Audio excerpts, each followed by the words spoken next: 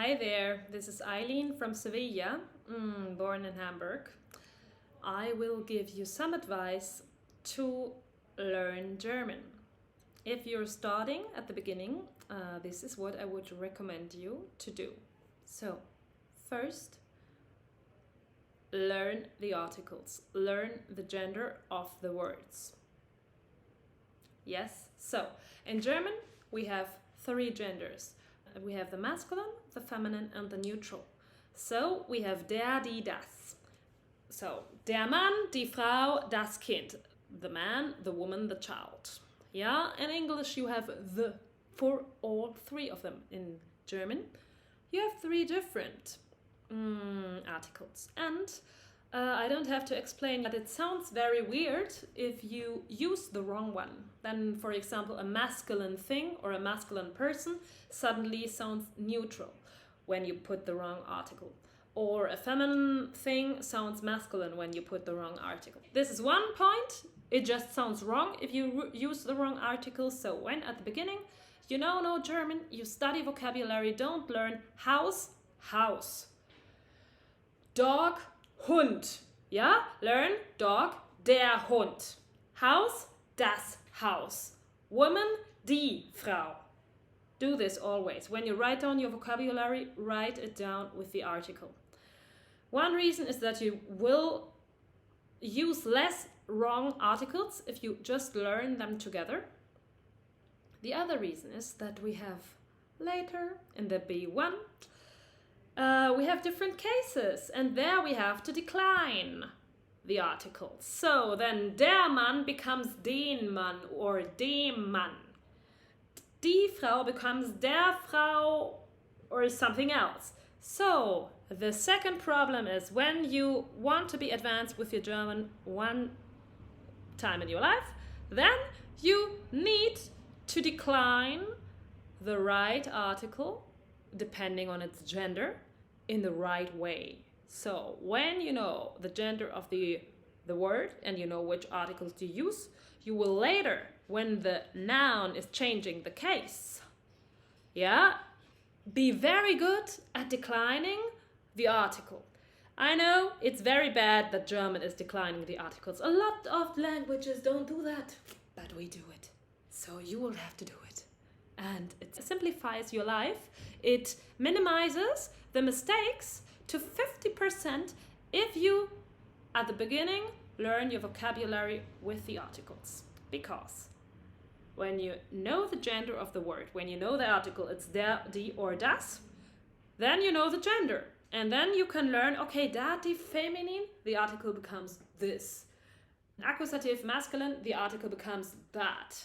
So the good thing is, when you know the gender of the words, you can only make one mistake. You can make a mistake in declining. But when you at least decline the right article, it's a lot less problematic than if you decline in a wrong way the wrong article for that word. Then it's very much more wrong than if you just make a mistake in the declining. So it really simplifies your life when you get advanced in German someday. It might be that at the beginning you come to Germany and you think, okay, I just want to buy a coffee. It doesn't bother me whether the coffee is feminine, masculine, or whatever, because I just want to be able to buy a coffee. Yeah? It's der Kaffee, masculine. But later, if you stay a few years, and if you might someday need a B1 or B2 certificate, it will serve you so much if you have the first 2 years of your time in Germany or the first 2 years studying German learned the articles, or if you just skip the article like some people do, or use always die. Most people use die because it's similar to the or the, and so a lot of people just use the feminine article for everything. That's, people understand you, but it will really make your life hard when you have to learn the cases, the nominative, dative, accusative, genitive. This nominative, dative, accusative, genitive is a very difficult topic, but it becomes very easy if you know the gender of the words. Then it's like 70% less complicated. So, if you're a beginner, I recommend you learn the vocabulary with the articles. Write them down like this, put them in your online vocabulary cards, or if you have lists, if you use a platform or something like that where you get your vocabulary, or if you write it down the old-fashioned way, then just write them down with articles. In Russian, no articles. In Arabic, no articles. In English, only one article. So if you come from such a country, it's really, really helpful for you to learn the 3 different articles together with your vocabulary, so that when you're advanced, you don't have to think, oh my god, Rose or Schuh, what's the gender? It simplifies the life. I recommend it. Okay. Second advice. Pay attention to the capitalized letters. This will also make your life a lot easier, and it will reduce your mistake quote in every German exam. So, in English, French, Spanish, Italian, at least in the languages I studied, there is only a capitalized letter in names of person and places, and at the beginning of the sentence after a dot. So, in German, this is the same. We capitalize at the beginning of the sentence after the dot, and names of places and people. But we also capitalize every noun. So everything that has an article, der, die, das, we spoke about that. After the article, you have to write it with a capitalized letter. Das Haus, die Maus, die Schule, das Klavier. Yeah? I know it's kind of picky to mention this, but there are some words where the verb form and the noun form is the same. For example, das Leben, the life, and the infinitive, to live, leben. So, when you write a text and you speak about the life and you write it small, then you're actually writing the verb infinitive. And in a German exam, this will quote as a mistake. And this happens a lot. Singen to sing. Das Singen, the singing. Yeah? So when you speak about the singing of someone, it's great when you capitalize it because it's the right way. And of course, if you write a private message, it's not that dramatic. The people can guess that you don't mean the verb form. But if you are in an exam, it's just one mistake more. And I really hate it when I see kind of a good written German, a good grammar structure, nice vocabulary, like just a good text for a B1 level or something. And then there are like 5 mistakes of nouns that have no capital letter. That's just a waste of potential. Yeah, one other reason is very important with the word sie. You know, sie means she. Sie, the girl. Sie, the woman. Yes, but it can also be the polite way of addressing someone, like, hello, Mr.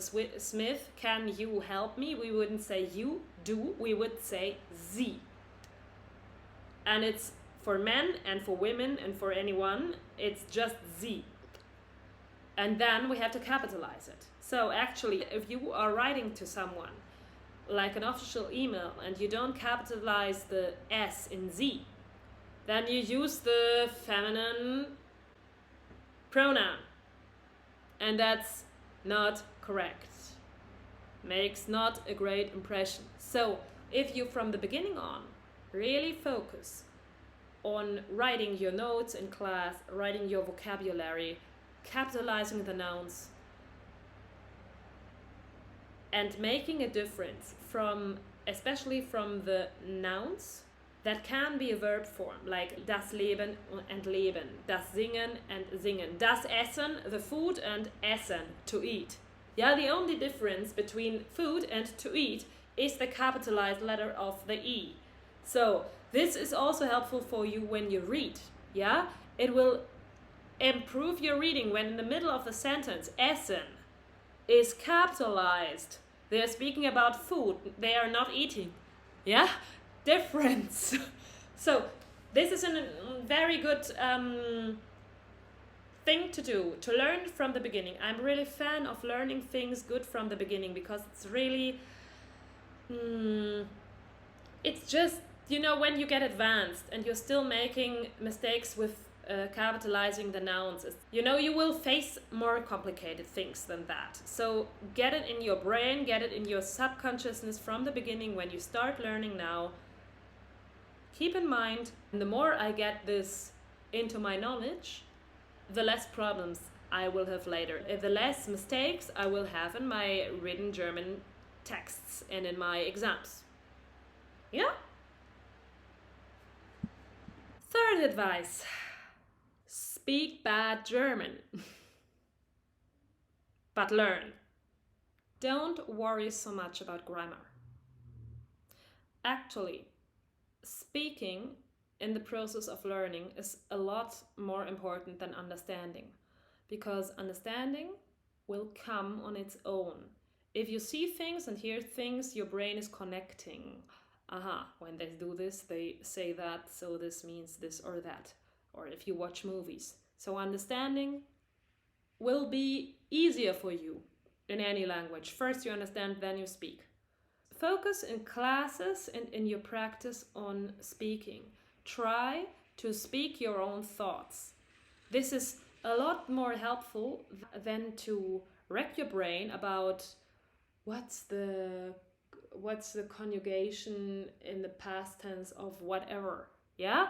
It's like in music. Technique is not everything.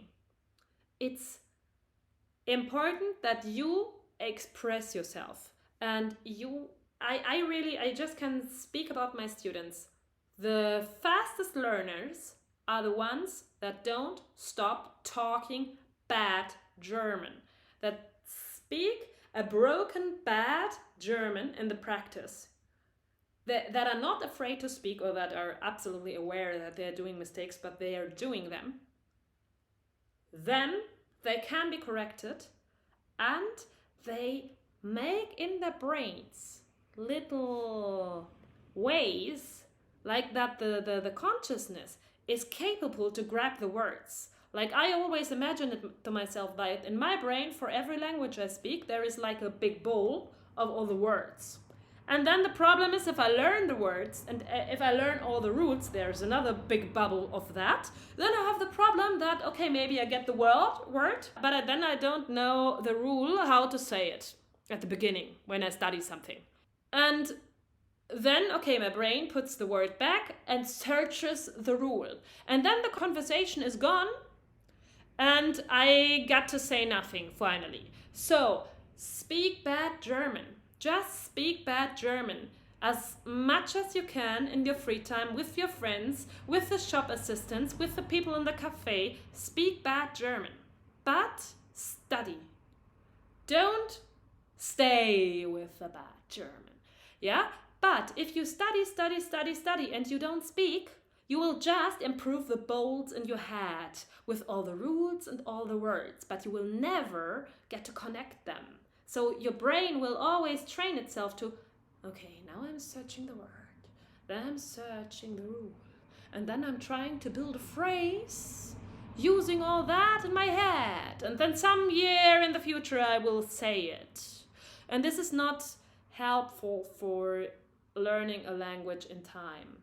For learning a language in time, you have to go through the moment where you say something and people smile at you, or they might even laugh a little bit and say, oh, that's so cute. You know, we say it this way. This is what you need. Don't be afraid of that. Don't be afraid of that. It's the best thing that's happening to you. And don't take it as criticism. Take it as a gift.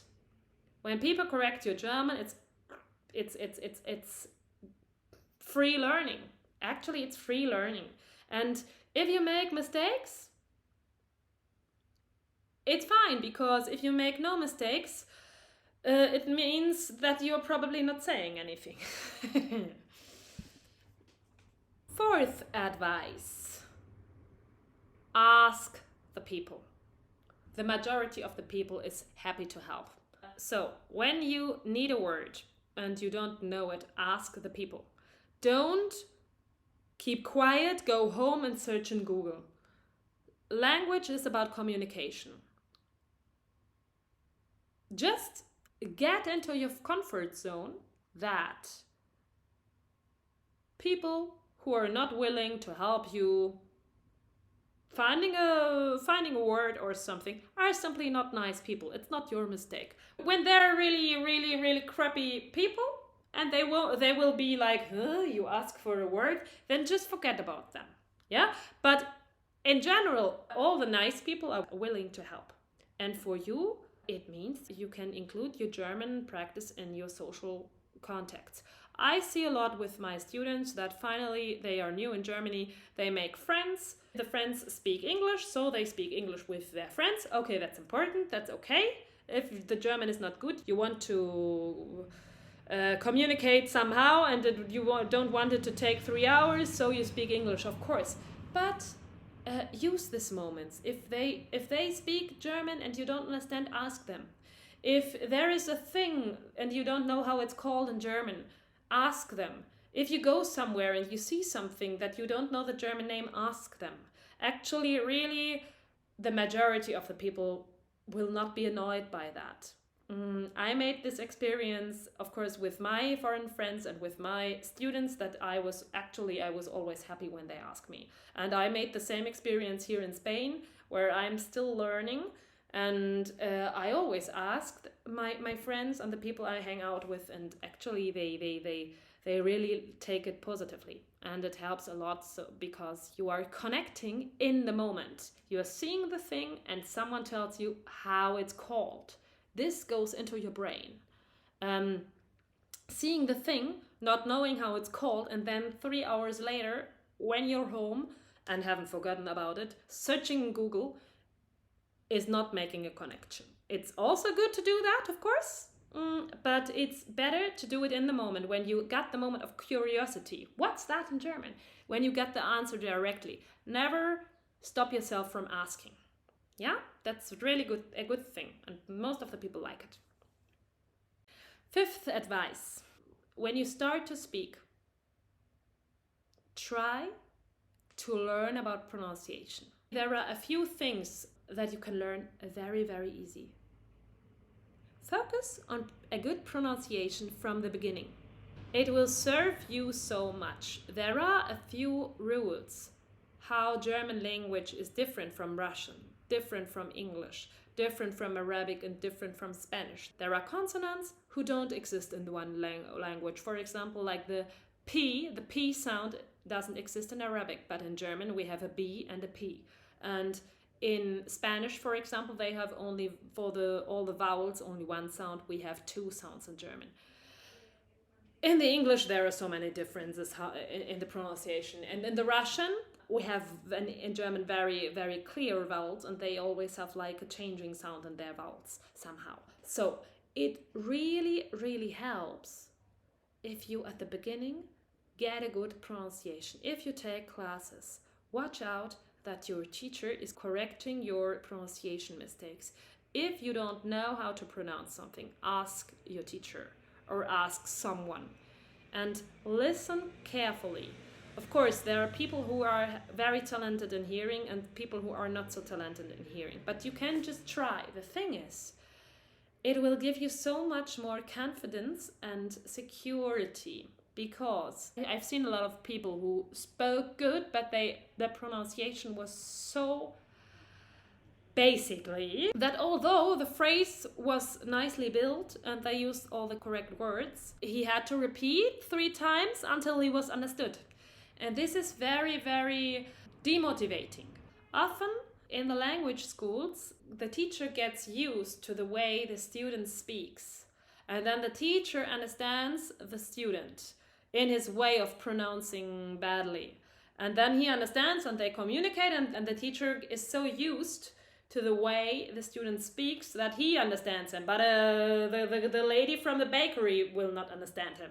And that's kind of it's a weak point in language education, I think. I can just recommend you to get sensible about your pronunciation so that you speak clearly and slowly, and that the people can get you in the first try, because this will give you a lot more motivation. Not all the people have a strong accent. There are people who just hear the German and they pick it up so fast and they speak accent free, although they hardly understand nothing, and then people start talking very fast to them, and that's another problem.